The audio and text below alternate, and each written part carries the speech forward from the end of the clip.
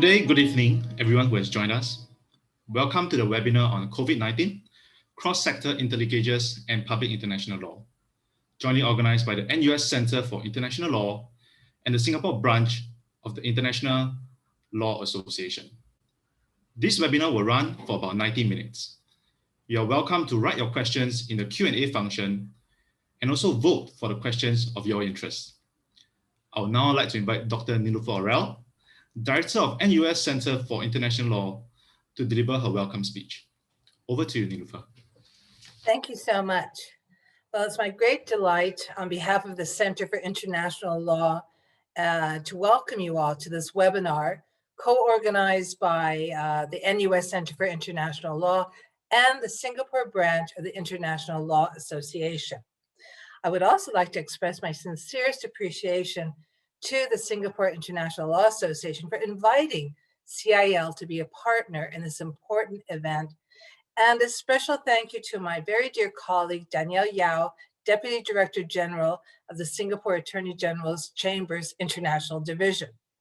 Today, we are most honored and privileged to have as our guest speaker, Mr. Stephen Solomon, Principal Legal Officer for the World Health Organization, and also Professor Simon Tay from NUS as a commentator. I personally look forward to this panel and thank Mr. Solomon for taking time from his extremely busy schedule to be with us this afternoon. I also thank the staff of the International Law Association of Singapore and CIL for their efforts in organizing this webinar.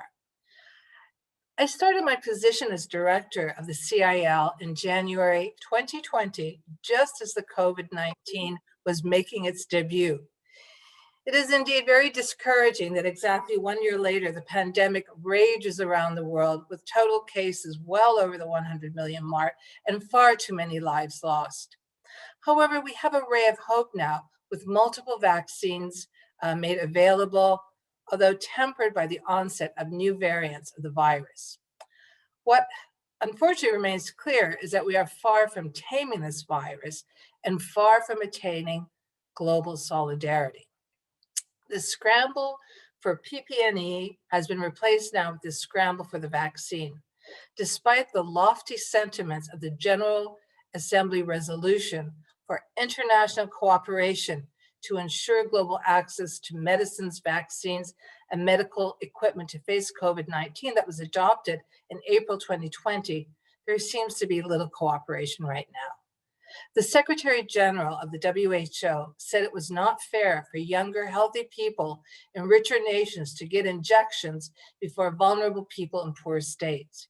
He warned of catastrophic consequences of inequity in access to vaccines. As Singapore's Education Minister Wong said quite recently, the bottom line is that we live in a shared world and no one is safe until everyone is safe. So the legal question lies, what responsibility do nations and international institutions have under international law to face this pandemic, to cooperate? These are not theoretical questions, but fundamental, as scientists warn that this will not be the last pandemic we face. COVID-19 will be on national and global agendas for the foreseeable future, and it is important that we have open discussions such as offered by our event today with our experts.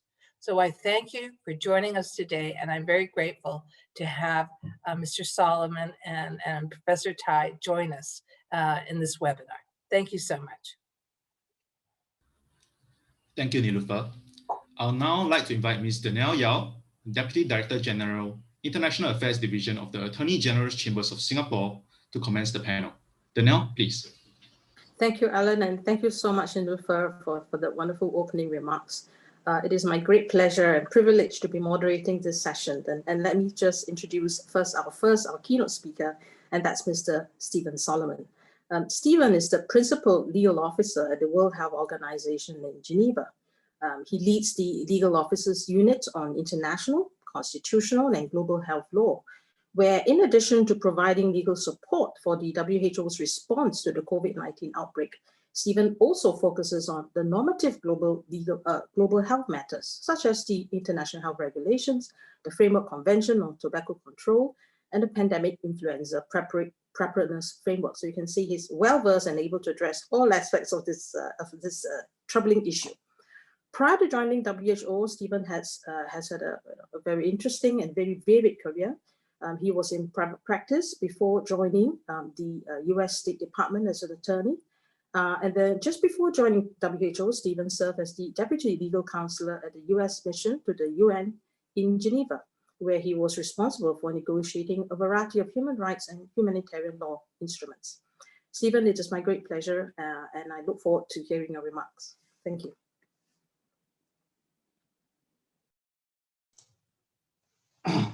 Well, first, let me start out by expressing appreciation to Nilofer and to Danielle for the introductory remarks, and to all the organizers of this event.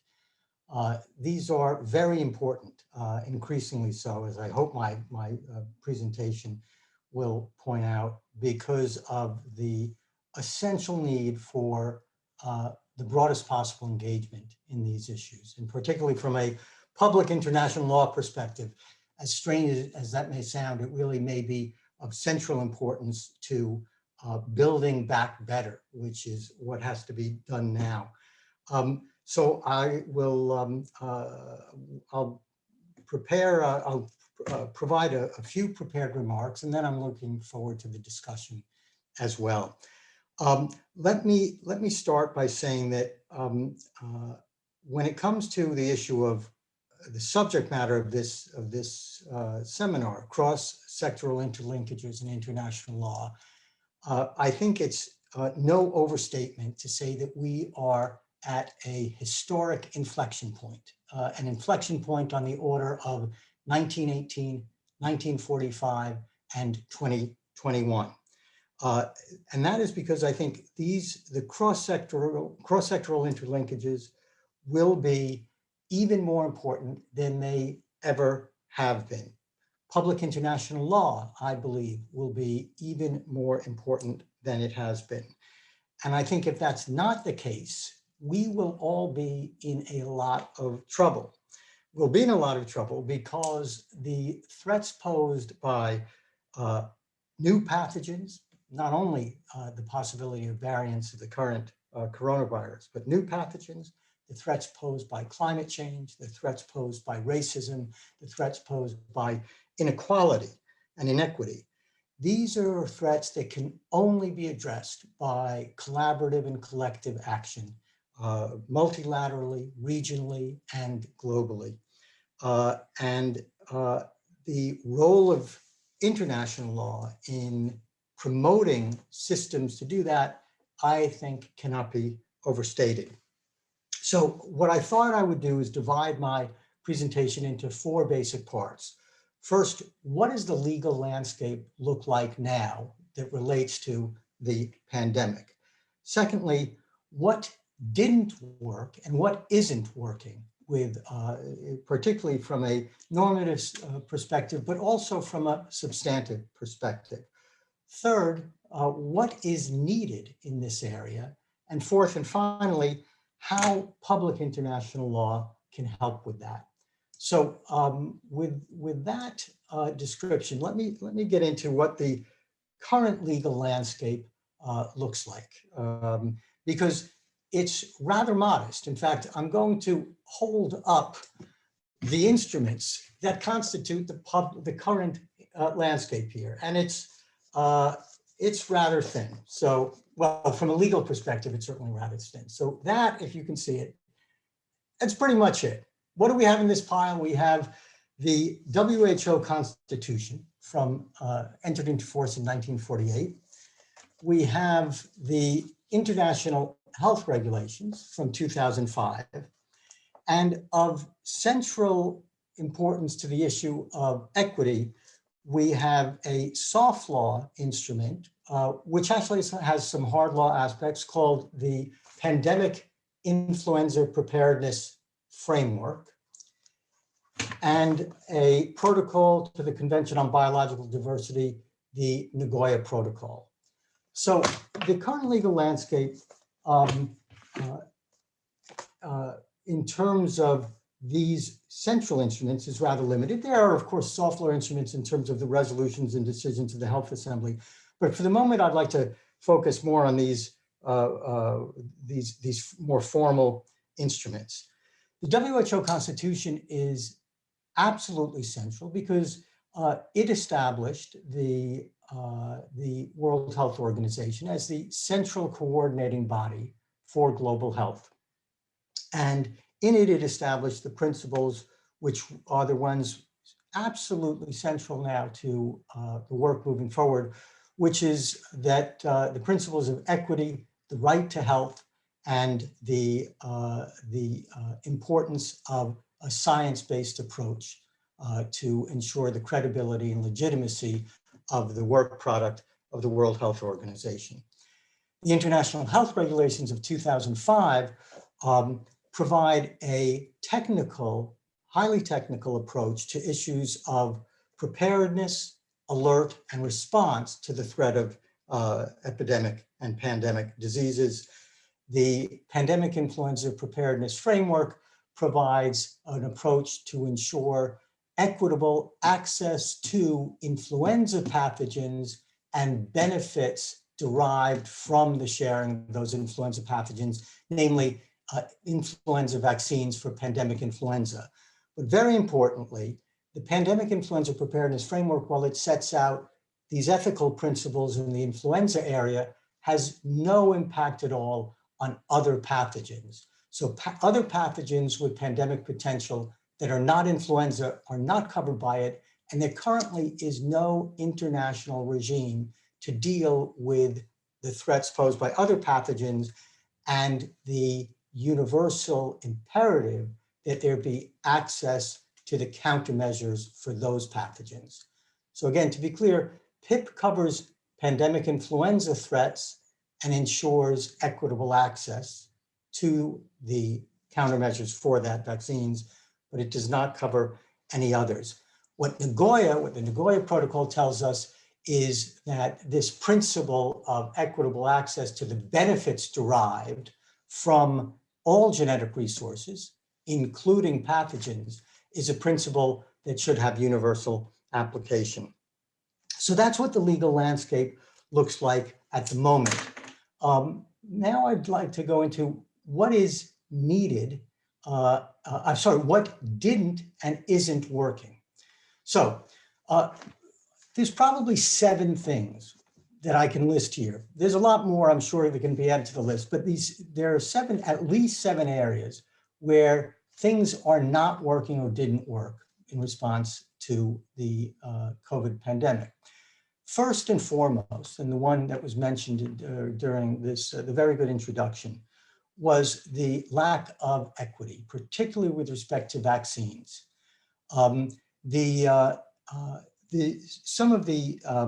should share with you some of the facts around vaccine access, because it's alarming not only from a sense of the moral issues it presents, but alarming because from an epidemiological and medical perspective, it ill serves the entire world. Rich countries, developed countries, have about 16% of the global population. Those countries have bought up 60% of the world's vaccine supply. The COVAX mechanism, COVAX facility, which is an arrangement between the World Health Organization, between the CEPI, which is an organization devoted to the, its official title is Coalition for Epidemic Preparedness and Innovation, and Gavi, which is the Vaccine Alliance, have together combined to establish a COVAX facility, which is a mechanism to provide for access. But that COVAX facility has so far managed to purchase only enough doses for 20% of the lower income countries in the world. So higher income countries have 60%, lower income countries through this COVAX facility have just 20% of the supply. Again, this is a problem from both a moral perspective and a global public health perspective. So the first issue that's not working is the inequitable access to vaccines. It is a matter of fundamental fairness. It's also a matter of enlightened self-interest on the part of all countries. Second thing that's not working is insufficient international coordination. And this occurs in many areas, but probably the most important is with respect to, again, the access to pathogens generally, in this case, to new variants and to the specimens and the genetic sequence data for coronavirus, and equitable access to the benefits from derived from those samples, particularly vaccines, but also diagnostics and other countermeasures. So there's no coordinated mechanism, as I mentioned, like there is for influenza, for these other pathogens with pandemic potential. Third area that isn't working is there is a lack of national preparedness. Countries under the international health regulations are obligated to establish what are known as core capacities to ensure that they can detect, alert, provide alerts with respect to, and respond to public health emergencies. But there is no international system that is accepted by all countries to review national preparedness. There is no inspection ability that WHO has been given to look at whether countries on a country-by-country basis are prepared. And this is a major shortcoming. WHO has proposed in this area an international health and preparedness peer review system, similar to the human rights peer review mechanism. But this has not yet been established, but it will be something that will be important going forward. So there is, in the third area, a lack of national preparedness. Fourth, there is a weak early warning, alert, and response system. That system, the technical details of which are set out in the IHR, exist, but WHO, here again, has no enforcement authority under the IHR. WHO works with the parties to the international health regulations, 196 states parties, but we have no ability to require information from them or enforce obligations under the international health regulations. The only mechanism to do so, the only mechanism to address issues of compliance under the international health regulations is to have issues considered by the World Health Assembly. So there is no specific compliance mechanism in the IHR to support early warning, alert, and response that are the requirements for that are established in the IHR. Fifth area, which isn't working, is there is a weak global supply chain and logistics system. Ensuring that international transport and trade can continue even when countries are closing borders is essential, and we have seen that it presents enormous challenges. First, we saw it with PPE, of course, and unless this is fixed, we are going to face the same issues in the future.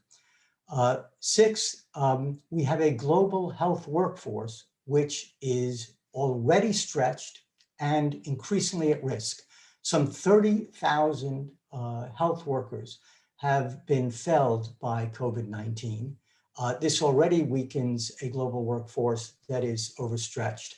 And international systems to ensure that we have workforce and healthcare where it's needed, especially early in a pandemic, simply is too weak at the moment. And seventh, and finally on this list, is there are weak systems to respond to misinformation. It's been called the infodemic, and there is no coordinated system to do so.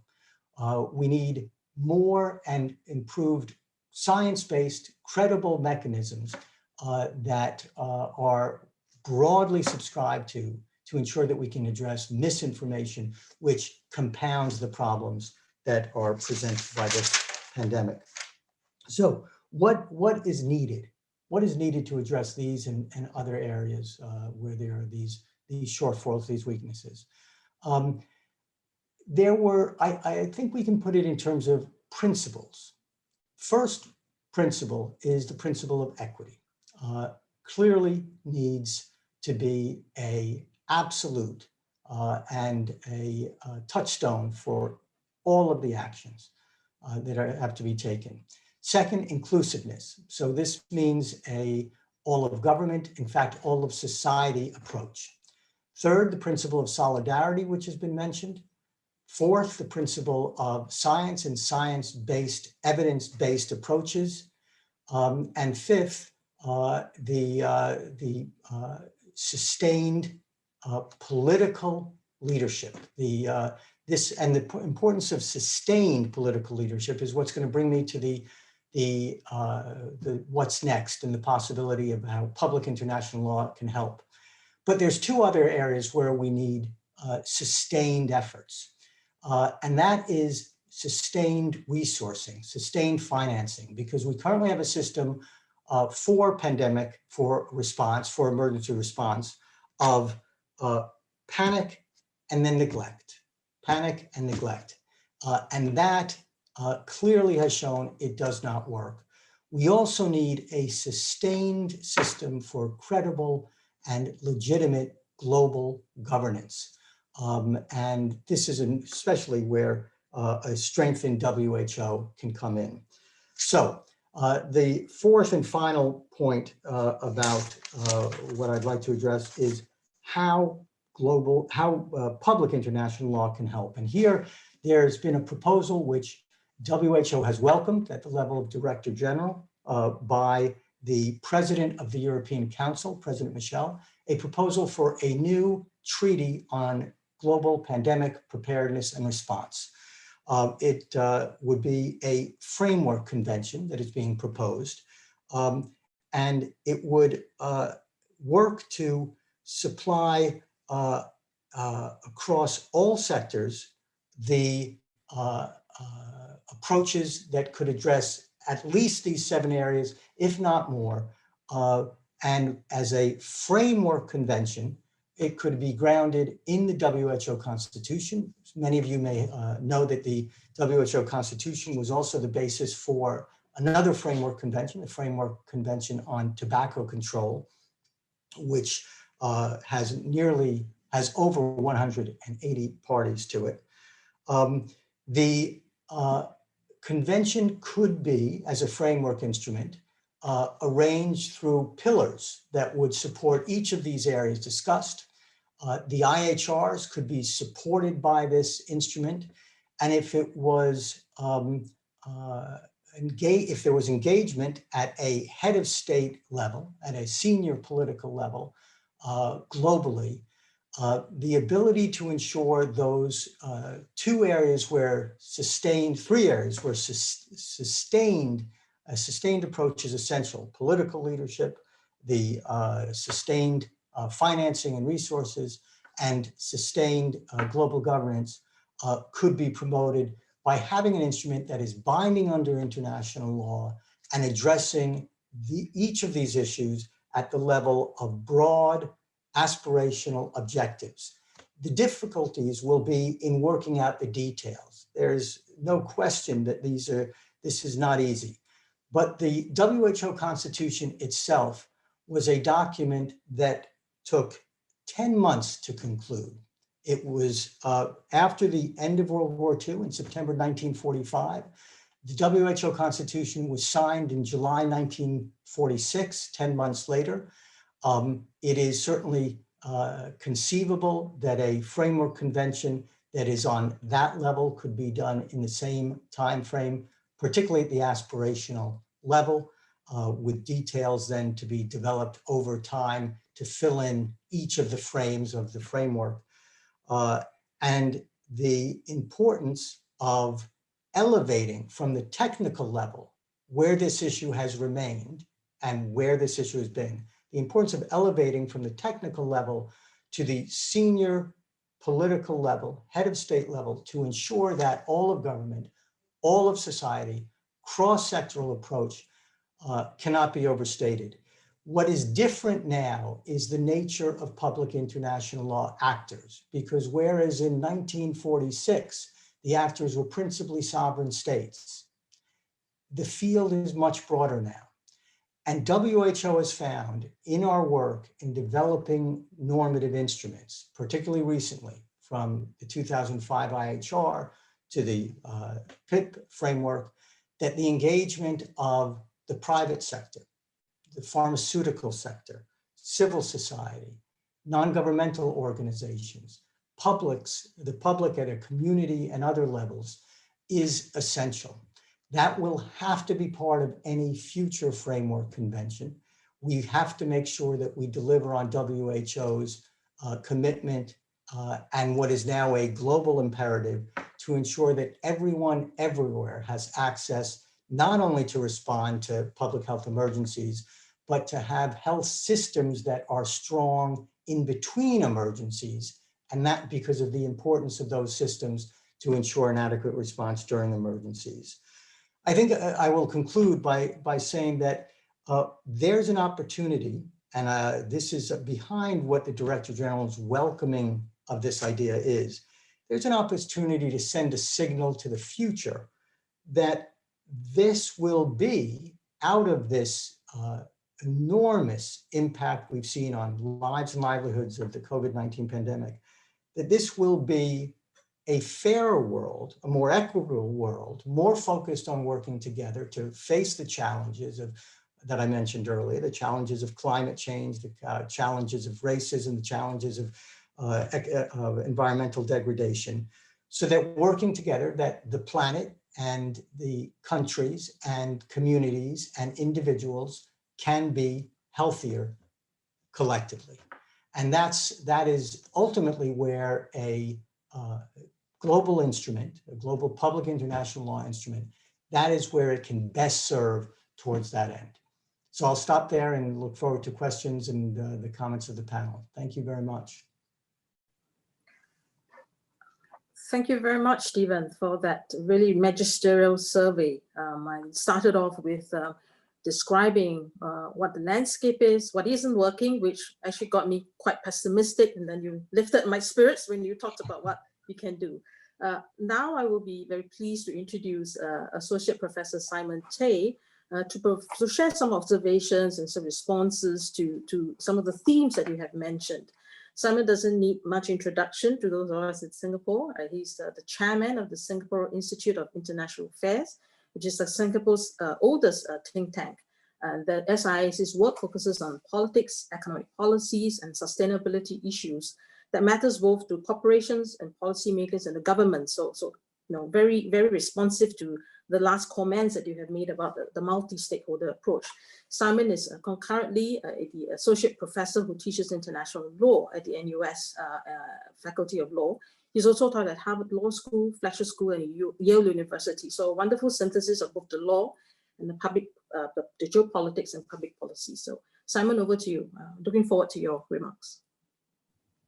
Thank you, Danielle. I join you in thanking Stephen for really powerful and quite visionary comments towards the end about what can be. I then thought, what can I contribute? I think first, I'm glad to hear Stephen assess the current state of public international law in the health field and conclude that it's rather thin, literally. He held up those documents.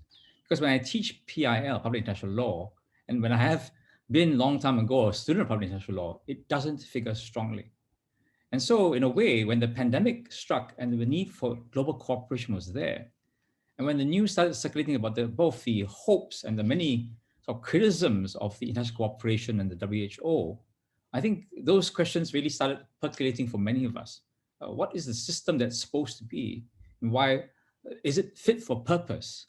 I think the answer is a clear no. Whether it's for this pandemic or the one that is coming next, we really do need a better global system. That leads me to a kind of legal political adage. It is not that we don't know how to build effective international organizations. So when you see one that is handicapped or limited, the answer must be a lack of political will. That is, we know technically how to do it.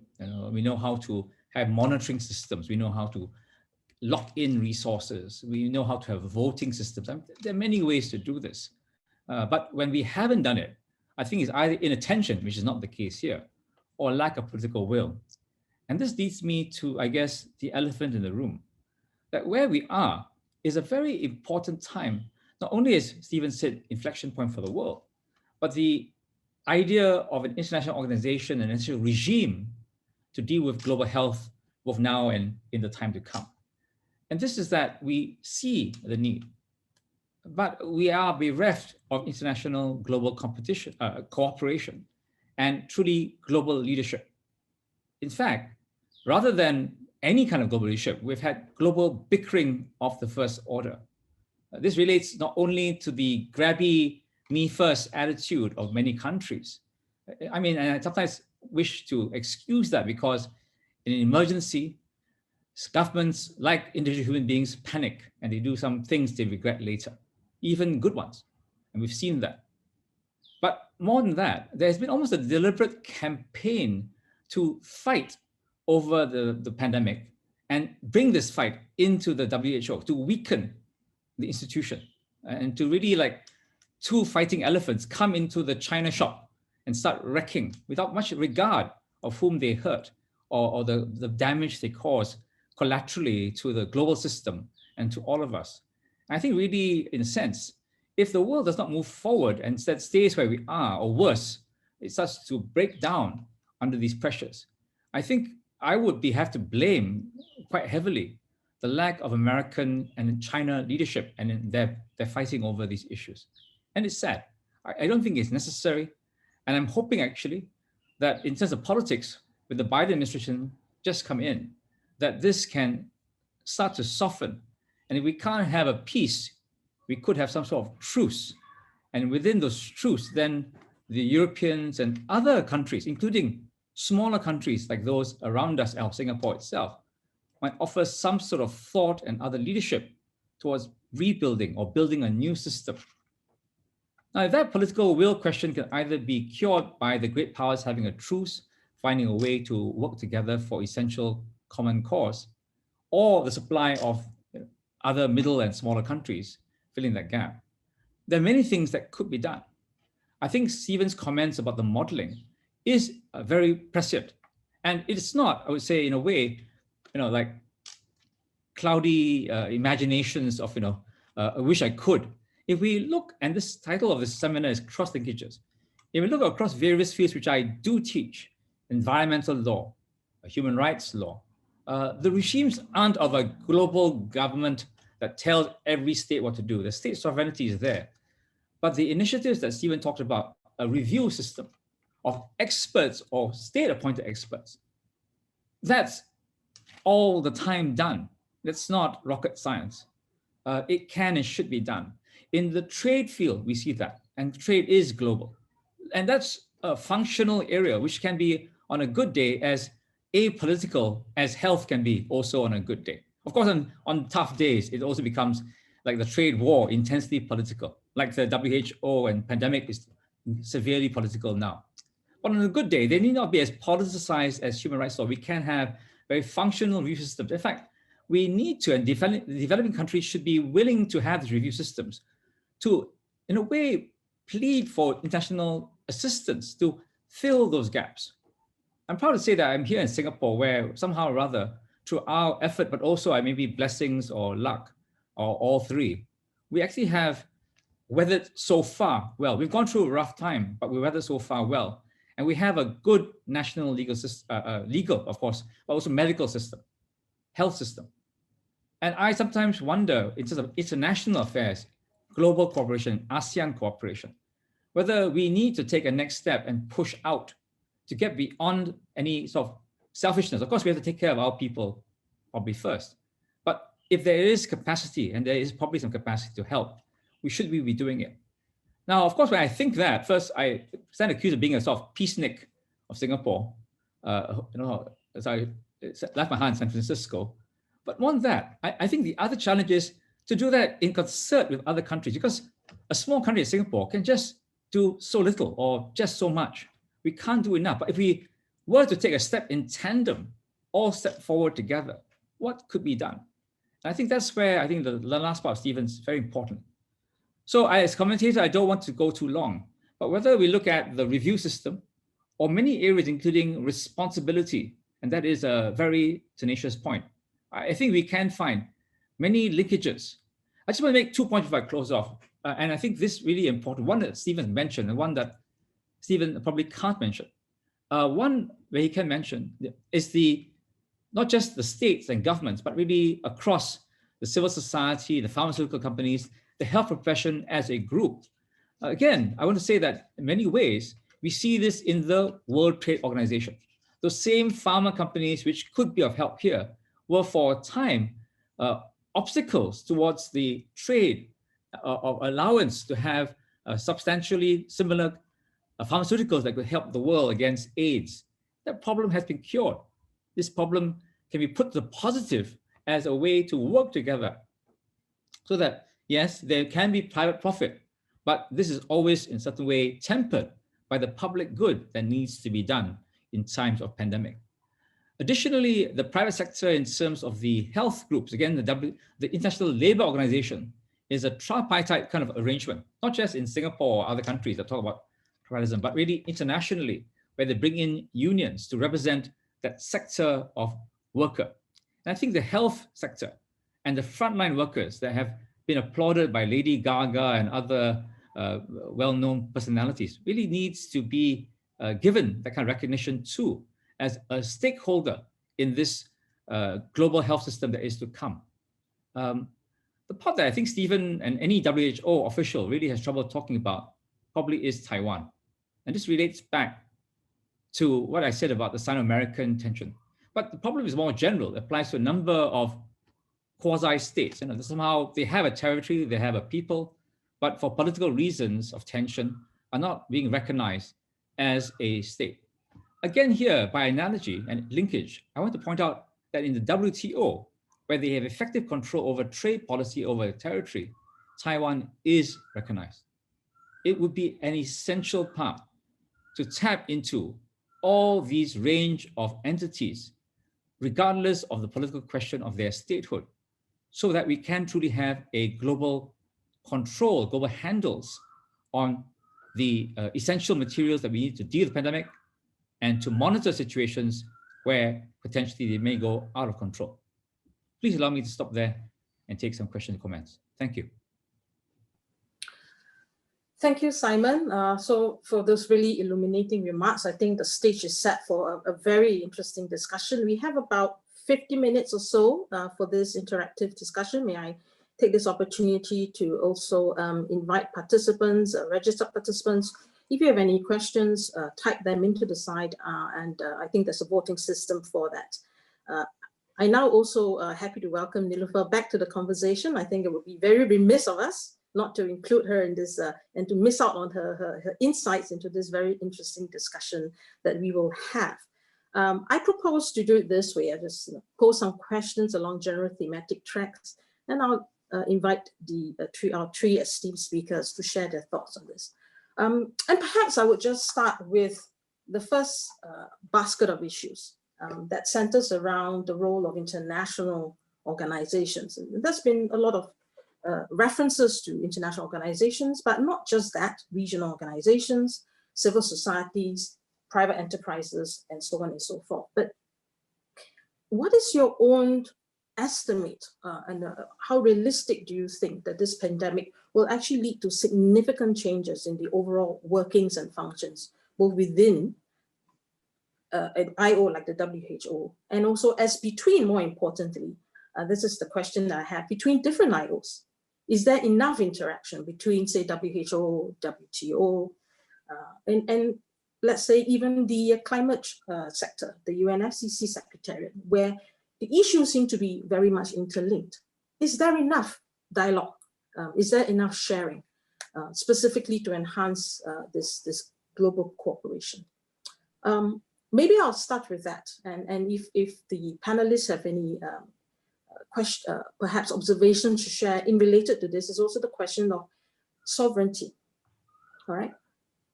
If we're going to have a multi-stakeholder approach and give other actors or other players who are not traditionally state, actors, a seat at the table, how would you design that seat? would that affect our understanding of sovereignty? How would it look and feel different after the pandemic? Perhaps I'll just stop there and invite Solomon, Stephen, Simon, or Nilufer to come in on those questions.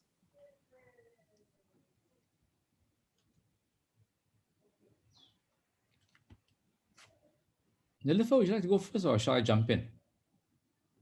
Okay, I always think it's a good idea to start with the person who knows the least, so I'll start. I think on the idea of strengthening the WHO, I want to be optimistic. I want to believe that having and still going through this crisis, humanity as a whole can make things better. You know, I actually am a bit of an idealist, but I do think back over the last few crises. The global financial crisis left no strong new institution in the financial field. The FSB has been strengthened, and so has the G20 for a time. But sometimes there have been lapses and really no strong institution. The gestation of the WHO, as Stephen reminded us, was in that big sort of big bang moment of post-World War II, where so many things were created and some were left a little bit to the side, and others became quite prominent.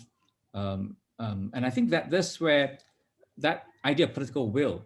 So, you know, the idea to me also was to say that really the plea I made about smaller states being able to move the system could work.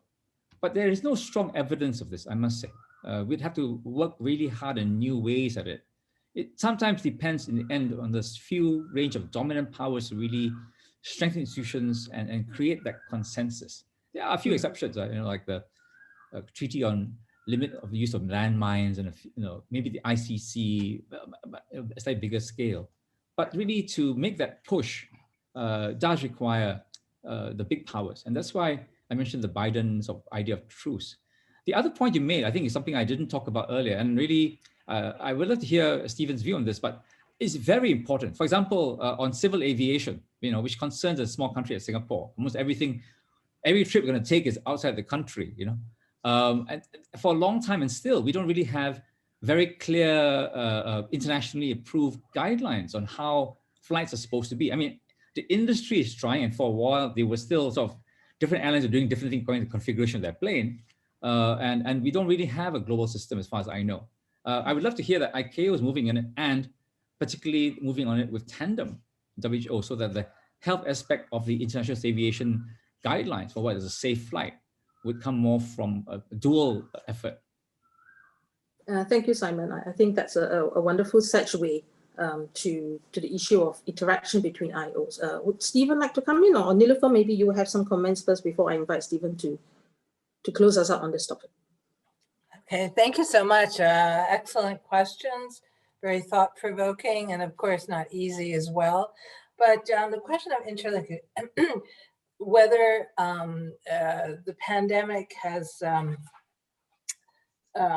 required that existing international organizations look within, and also the importance of interlinkage amongst the different organizations, that question, absolutely. This has been a major stress test, and I think most international organizations have not fared well. And for example, an area we know, shipping, International Maritime Organization. Simon just talked about aviation. And I know Stephen talked about the whole logistics, supply chain and logistics. Here we see that they were unprepared. And the result has been quite damaging, not only economically, but people have suffered. We know that many seafarers have suffered because of this. And so it's within, but also amongst the different institutions. And I think this is something, the pandemic has really brought it out, but we know that one of the challenges in the international legal system, international relations, is bridging the different institutions and international organizations. They operate in a siloed way. There has to be, I mean, we can call it synergy. But so I think the pandemic really should be pushing this. Each international organization needs to do and I'm sure they are, I have no doubt about that. Looking within where there has to be changes made, but, and the point you raise is very important, the interrelationship amongst them, because there has been. On your second question, which I think is, the changing face of sovereignty, of course, and I think it goes into how international lawmaking is changing, bringing in, the non-state actors, so to speak. And of course, in the question of the pandemic, no question about that. If there's one area where you need to bring in outside of just the traditional states, you have to bring in, the various stakeholders. Now, that also risks complications. And so the question is, how big a voice do they have? What is their voice? I think at least in terms of insight, giving expert views, it's very important.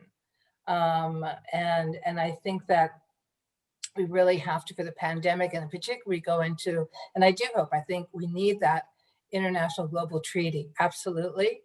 And it will be important to have a multiple stakeholder approach, but that does complicate things as well. But this is an issue that has impacted everyone at all levels. So those are just some quick thoughts, Danielle, for your very, I would say, insightful and thought-provoking questions.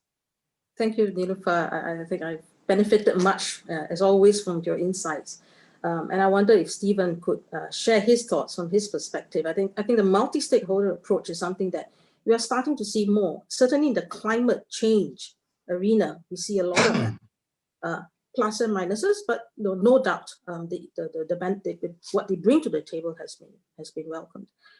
In other aspects, in other areas, perhaps the inclusion of other stakeholders may be somewhat less welcome, or perhaps viewed with a little bit more skepticism. And for example, in the cyber discussions, international cyber law discussions, there are still tensions between what role and how to engage the other stakeholders. So Stephen, may I turn this over to you? Thank you. Yeah, well, these are really great questions, and let me come at it this way. I agree with Simon wholeheartedly that we, in terms of in strengthening international organizations like the WHO, we run the risk of geopolitics and unbridled nationalism, making that very complicated, frustrating those efforts. What I think we can use to address that is this concept of enlightened self-interest. If countries, if national leaders can be persuaded that their national interest, and indeed their individual political interest, can be served by finding coherence globally in a way that safeguards their concepts of sovereignty, then I think a tremendous amount can be accomplished. But it really is very important to establish to promote this concept of enlightened self-interest, which is, I think, where all international organizations that have been most successful have been able to implicitly or explicitly tell that story. I think it's easier to tell that story now because I think it's self-evidently clear that when it comes to the threats of novel pathogens, the threats of climate change, these other threats, there is no country that can go it alone. It is just impossible. So it's just absolutely apparent. But the how, the details are always going to be complicated. I think again, it requires ensuring that certain basics of sovereignty remain respected. So, for example, at the root of WHO is the idea that only sovereign states can be members. This is the WHO way forward. Only sovereign states can vote and vote on and decide on the policies of the organization. But we know that other organizations have addressed this 20th century binary, if you will, in creative ways. So the binary is the idea that under this notion, you are either a state, i.e. recognized as such by most other states, or you're not. And if you're not, you're outside the system. Well, clearly that doesn't work in areas where there are other actors, particularly significant economic actors or other actors that have an interest and need to participate. That's true in trade in the WTO, which created this concept very creatively of customs territories to include authorities from Taipei, for example. And this can be taken forward in ways that accommodate sovereign concerns in different areas. I'll give you a recent example just in the health area, this COVAX facility I mentioned. This COVAX facility, which is designed to ensure equitable distribution of vaccines, includes, they use the term participants, including health authorities from Taipei, health authorities from Palestine, health authorities from Western Sahara, all of which are authorities that are not participating as members of the World Health Organization.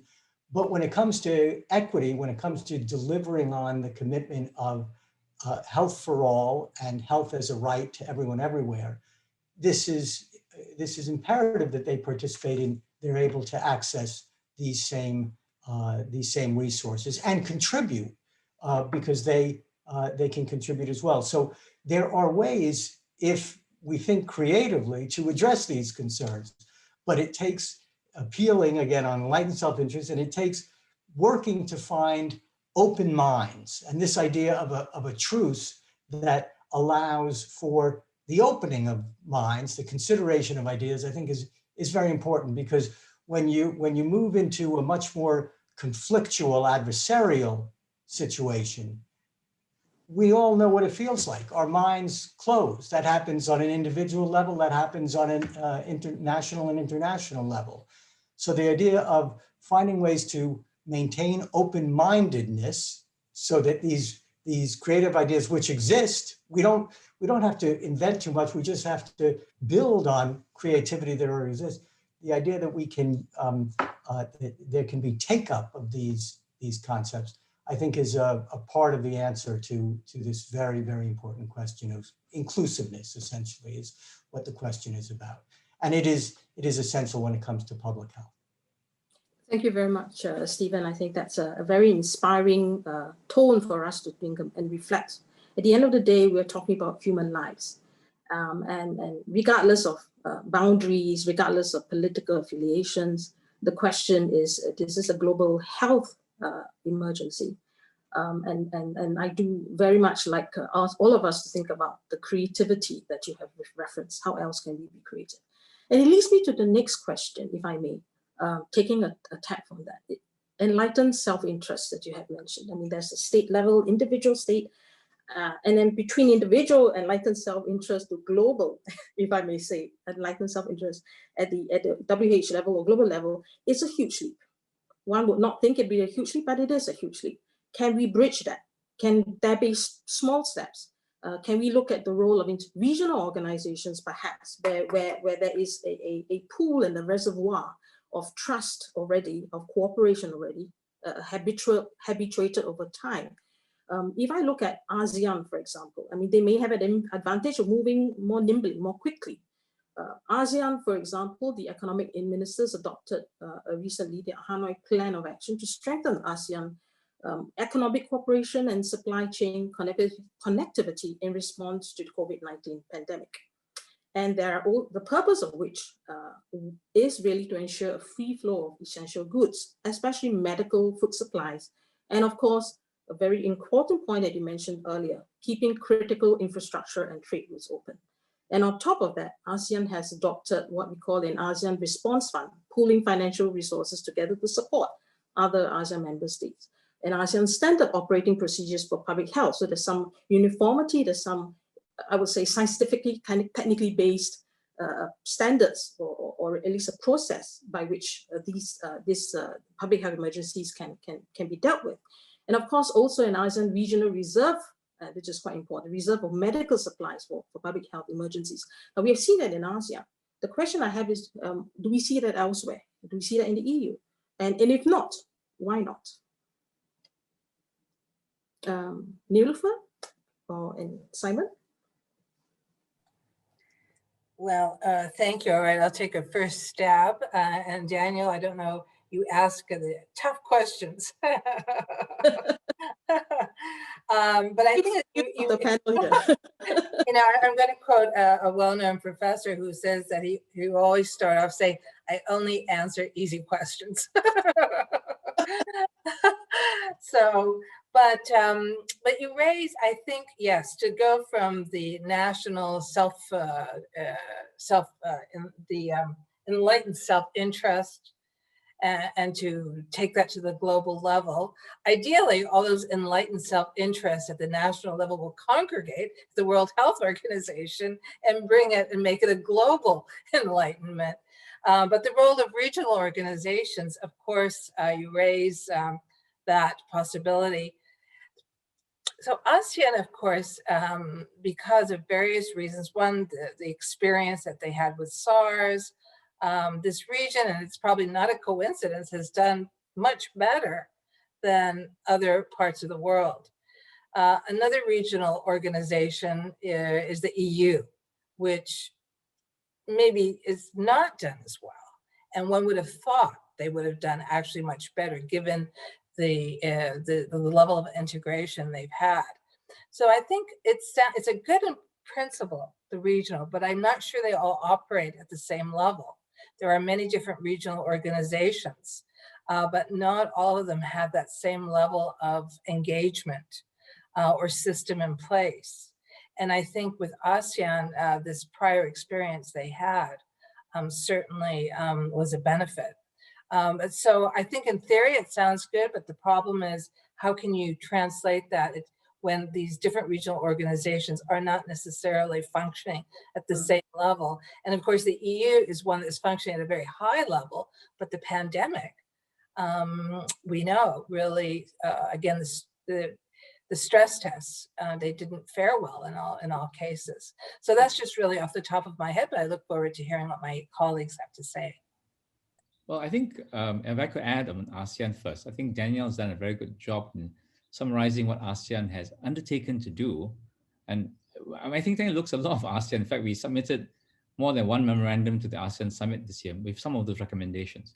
We're happy to see them taken up, but I must add one caution that implementation will be a big challenge for ASEAN. The resources and the constant monitoring of those commitments.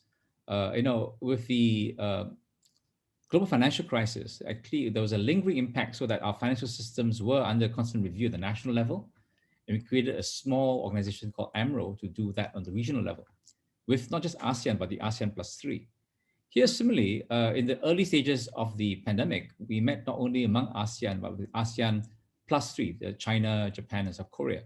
And so this idea of working amongst the immediate community, but with some significant other partners, proximate but not part of the group, shows that flexibility and that imagination, I think, that Stephen talked about.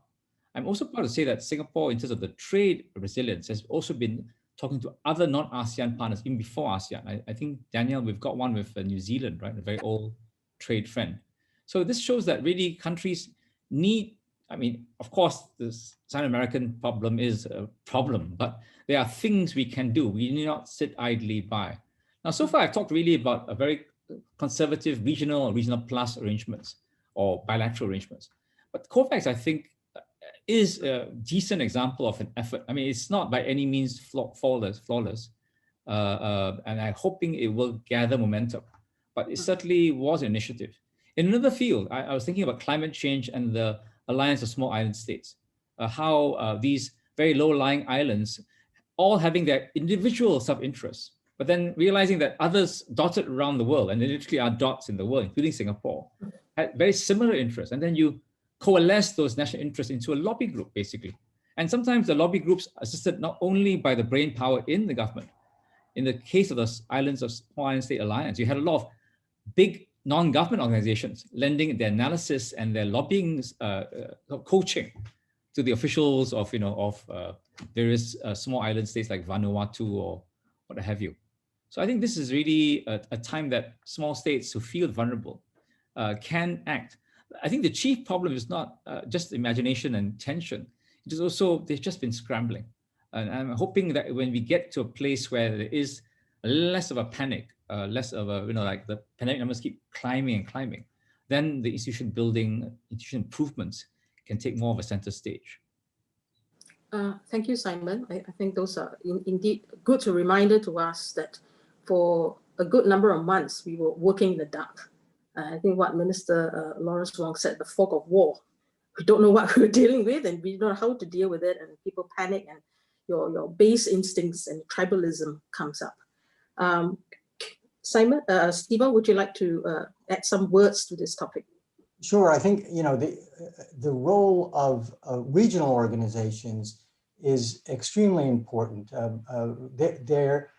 There are probably many different constructions of regional organizations as there are regional organizations. They all have very different qualities. The European Union, of course, which actually delegates certain competencies to central authorities, certain sovereign competencies, is probably at one end of the spectrum. But the idea of regional organizations providing support for the member states and resources for member states, particularly small ones, to address these big issues in a thoughtful way is really important. In terms of this idea of a framework convention on pandemic preparedness and response, it's probably worth recalling that there is creative ideas on sovereignty in the existing framework convention under the WHO Constitution. The FCTC, the Framework Convention on Tobacco Control, has as one of its parties the European Union. This sets, I think, a very nice precedent for consideration of regional organizations. There will always be issues of the degree to which they are integrated and how they could participate. But those are fine details. They can be addressed. The inclusion of these regional organizations offers so many advantages. It offers accountability among and between states. It offers resources, especially for small states, simply because practically as a matter, they can hire staff that focuses on this, where individual countries may be stretched thin in having the kinds of technical depth that's needed to support policy decisions in these areas. So I think this can play an important role, which is why if, and I hope it's a question of when, not if, discussions at the international level lead to some consensus to move forward on this idea of a framework convention on global health, pandemic preparedness and response, that there is a big space left for inclusivity, certainly with the involvement of hearing from all sectors, but including with participation at a meaningful level in the implementation by regional organizations, which are increasingly important. Thank you very much, Stephen, for that. I think in the course of this discussion, we've had a lot of interest and a lot of questions have come in actually on the issue of the role of public international law and the interlinkages, which is actually the theme of our conversation. And if I may, I wonder if I may tie that in, those questions around that basket of questions into what you have mentioned about the proposal for a framework convention. And the question here is, and this is a question to all three panelists. You have mentioned the different themes, the different pillars. What would, say, Simon or Lilifo, what else would you like to see in those, in such a framework convention, in terms of the areas, and more importantly, the ability under this framework convention to reach into other areas of international law? Is this really the right place? Should it be parked to the WHO, all these things, or a fragmented, if I could use the word loosely, approach more viable? And the question I ask this is also because we can't divorce this normative setting agenda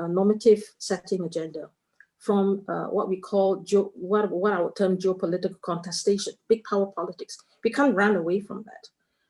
And we have seen how the normative agenda in many other areas in the world have not been too successful in recent years. So is it realistic? Even right now, we have the WHO team, expert team, valiantly trying and discharging their mandate to investigate the origins, but they're doing so under such intense global attention and high expectations. Before they've even started the job, we have the White House spokeswoman voicing concern about misinformation from sources in China and urging a robust and clear probe, as if the experts would not undertake such a robust and clear probe. In fact, the WHO Executive Director, Mike Ryan, had in fact criticized those who slammed the WHO report before it has even been drafted or completed. So the question is, what really is the expectations, and what are the, more importantly, the responsibilities of WHO member states to cooperate in this process? Linked to this, if I may, is the question of role of public international law. The other levers, trade levers, how can they play a role? The rules pertaining to movement of persons, human rights, what role can they play? So it's a tangle of issues, but I thought it's useful to put that out there because there are different aspects that you might each want to address separately. Right? Stephen, would you like to lead us off? No, I am in listening mode because this, I love this question because this is really where the conversation has to be. Yes. And we are all in a position, whether we realize it or not, to actually influence this. We speak with people who will be involved. There's so much interest, I think, on the part of countries in their academic community, in their legal community, in their communities overall, and ways to find inputs at the first blush through member states. That will be where the conversation starts first on this framework. Yeah. But then as and if a process gets underway, there will undoubtedly be an effort to include all cross-sectoral actors. And so great question. So I'm in listening mode. We have two wonderful professors here. Yes. So, Nilufer, would you like to start? Oh, Simon, sorry, Simon, please. Sorry, Nilufer, you want to go? Simon start this one. Okay.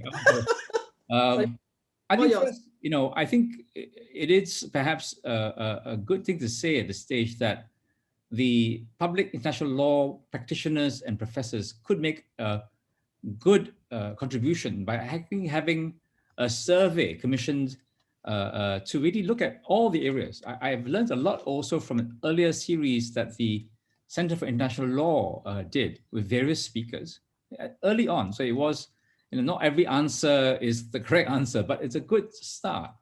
And then recently, a friend of mine, Professor Shinya Murase from Japan, hearing of this talk, sent me a document that he's been working on with the Institute de Droit International, the IDI.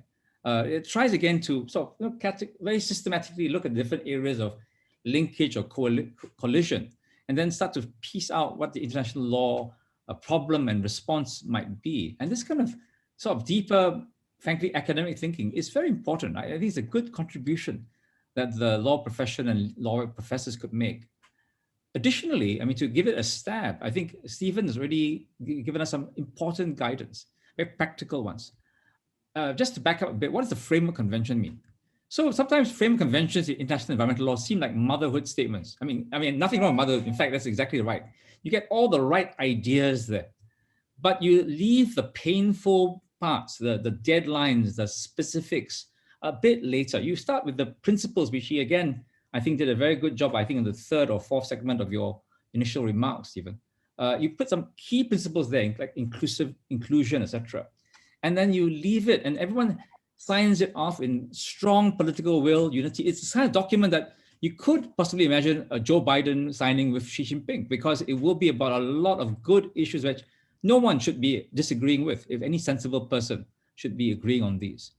Then, Danielle, frankly, the practical conclusion is to sort of kick the problems a bit down the road.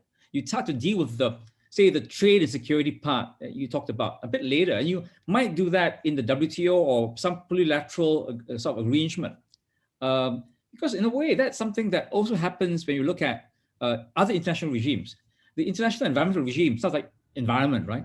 But one of the first protocols, the Cartagena Protocol, which deals with biosafety and a number of other sort of IP and sort of biological inventions ideas. The World Trade Organization, despite its name, has trilateral contracts which you're all familiar with, including IP and other things. And it doesn't come under the WIPO. So there is a sense of, I call it institutional creep, or issue sort of enlargement, or simply trying to patch together issues together so they make kind of sense. And I think that a framework convention could be the right thing to do soon, and help the two great powers and everybody else get on the same page within.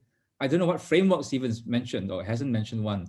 I would say I would like to see this done in the next 2 years, 10 months, I think you said earlier, Stephen, maybe a year or so.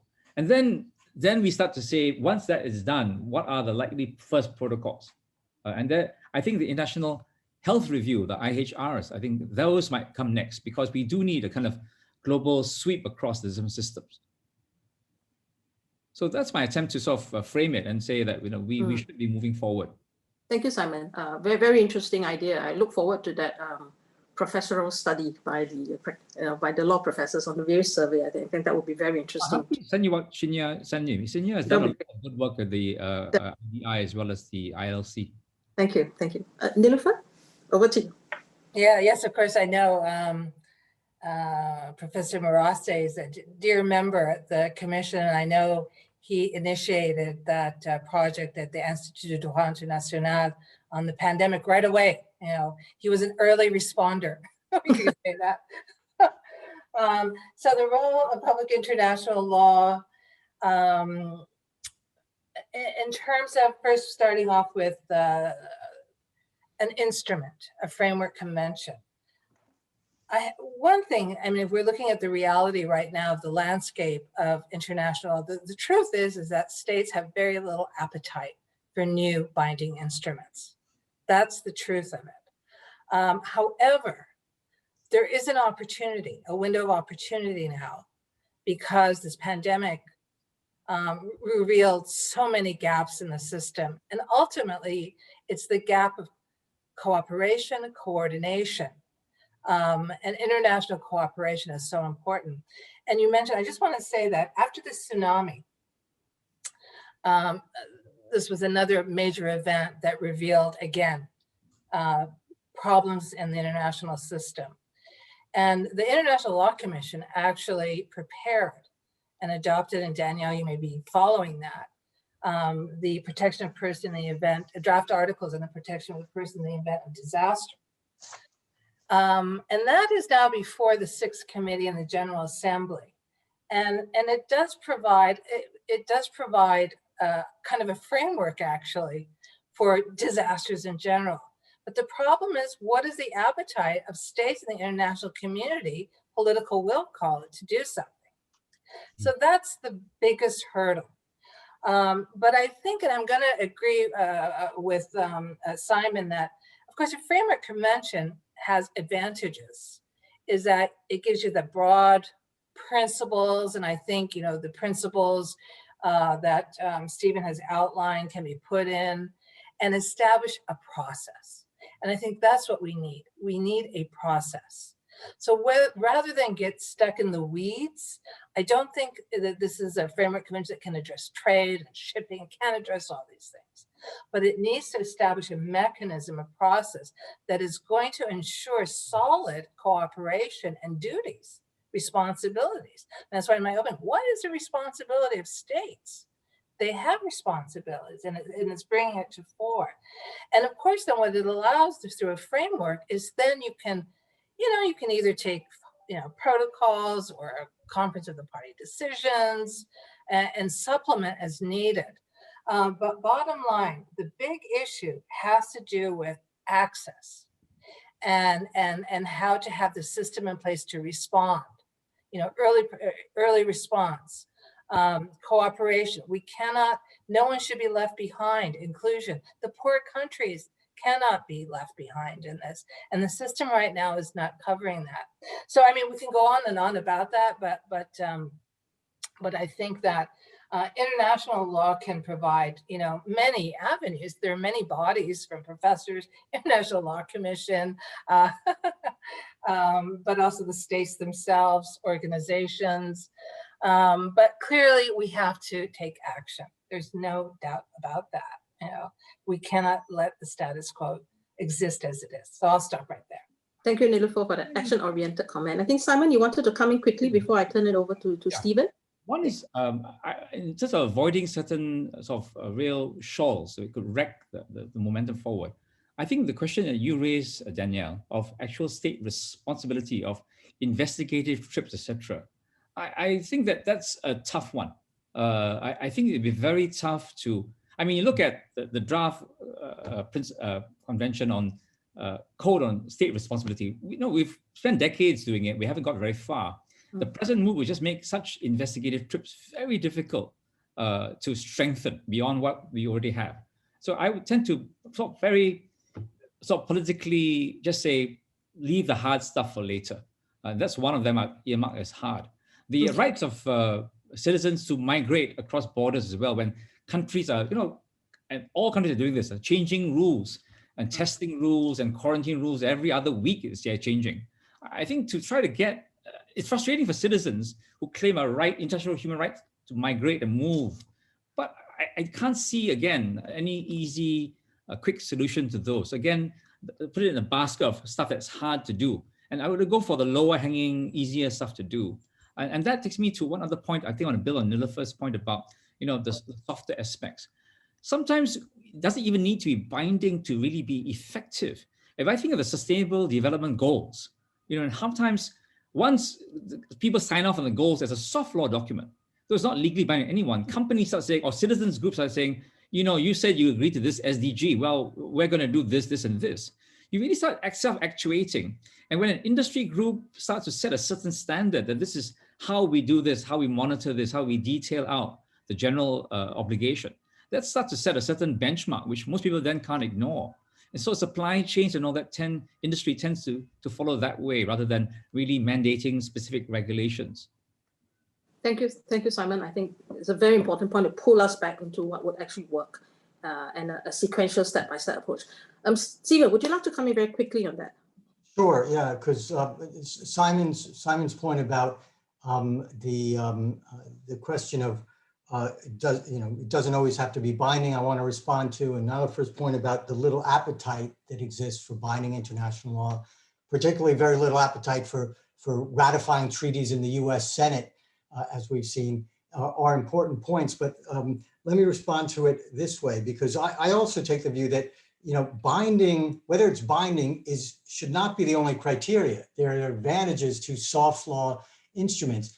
Here, though, with the idea of a global health treaty, the advantages of engaging head of states is really important.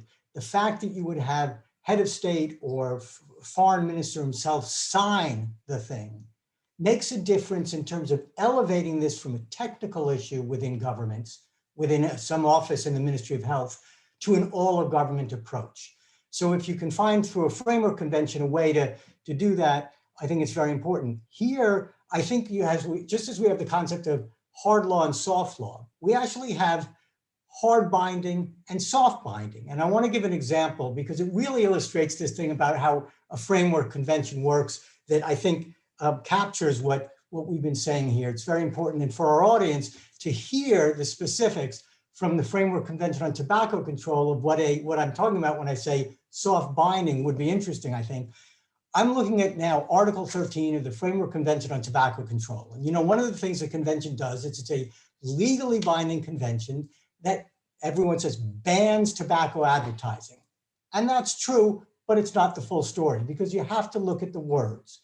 This is a soft bind. I'm going to read you the first sentence of Article 13, paragraph 2, and you'll see what I mean. This opens up a possibility. This is not a criticism. This is a way to get countries on board fast and work out the details.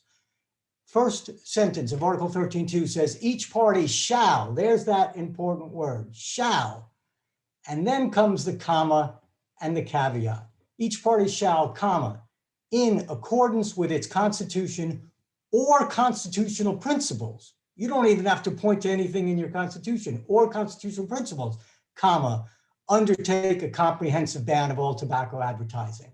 So there was this big objective. The objective, ban tobacco advertising, it'll reduce smoking, it'll reduce tobacco use, it'll improve health. This mechanism has been used in many other areas. And still we have an instrument that was adhered to at the head of state level, went through national parliaments as the FCTC did. And because there was then a system for implementation built up around it to work out those details, it allowed for the senior political leadership, it allowed for peer pressure among the parties so that you grew this. And this mechanism, again, it's not new, but its creative application to the public health area is something that really requires consideration now, and probably more than that. So I think I'll just say that. In time frame, Simon briefly mentioned time frame, I'll follow up with that.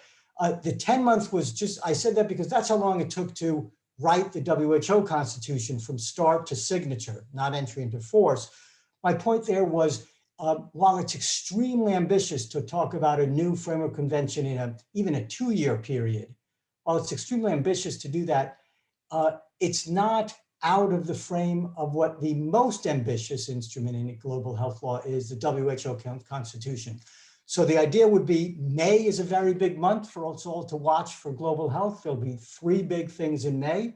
There'll be the World Health Assembly this May in 2020. There'll be the G20 European Union Global Health Summit, and there'll be the G7 Summit, which will deal with global health. If this idea of some overarching global binding instrument is to get a start, May will be an important point for that. And then if that start can lead to something by the 75th World Health Assembly in May 2022, then this would be, while extraordinarily ambitious, this would be something that I think lines up with certainly how the proponent of this, President Michel of the European Council, has described the sort of overall time frame.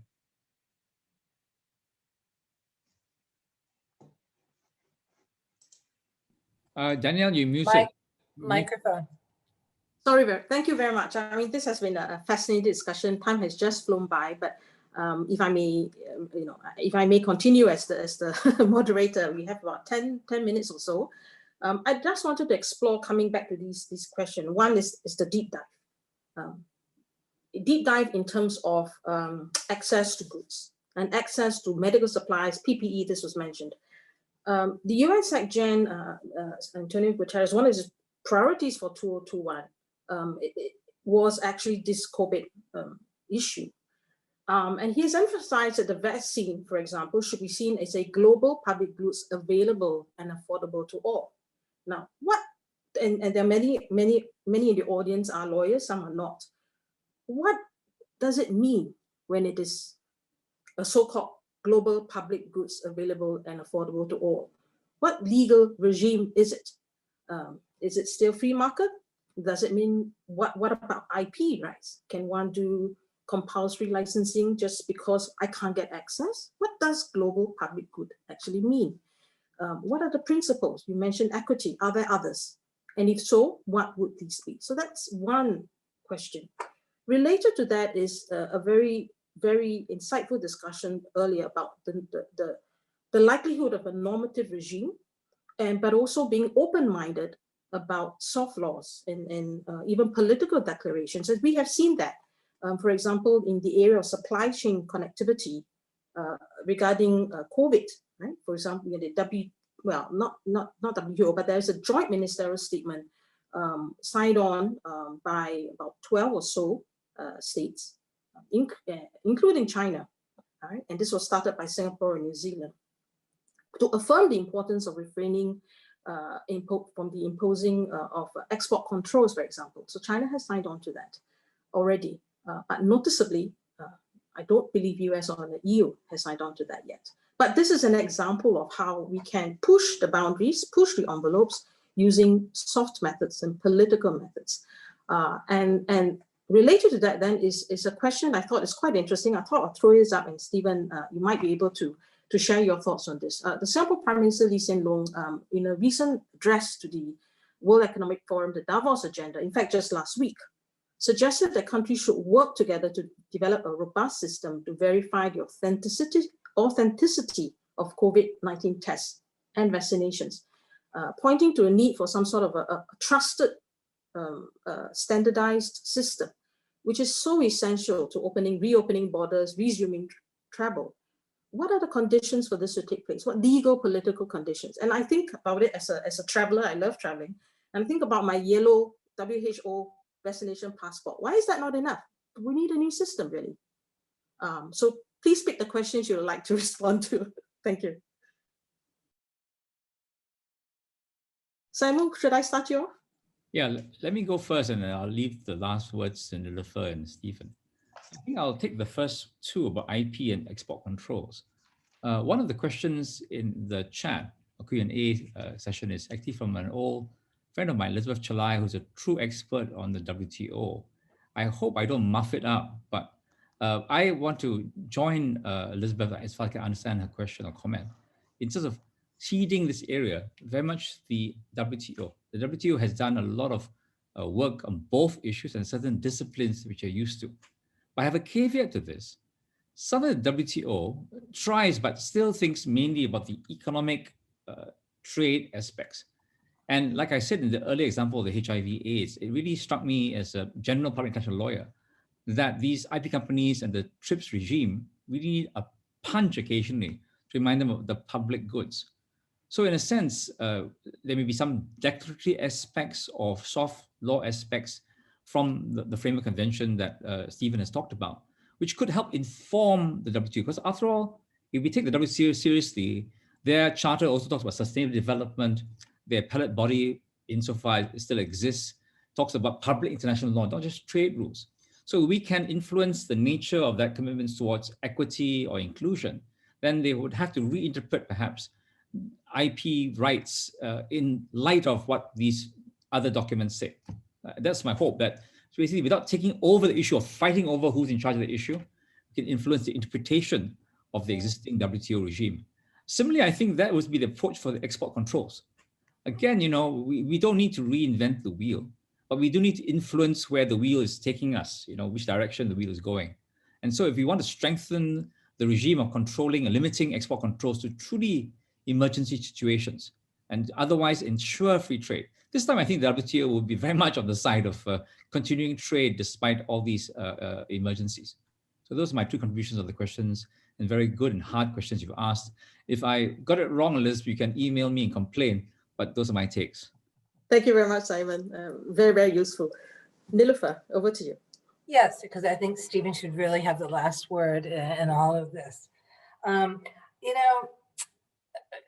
terms of being a public good, I think about, and I think perhaps Stephen may know perhaps even better on this, what's given as an example is the polio vaccine. And Professor Jonas Salk, who did not patent it, didn't make money off it. And even though it was the height of the Cold War, tremendous cooperation between, the former Soviet Union and the United States and other countries.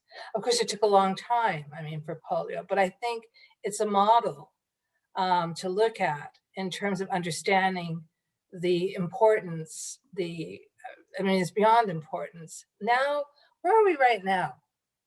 There are so many different vaccines right now, different effectiveness. My mother got, the Sinovac, someone else is getting the Pfizer. What you're saying about the, which ones will ultimately be accepted, it's right now kind of a free-for-all. We can't have that.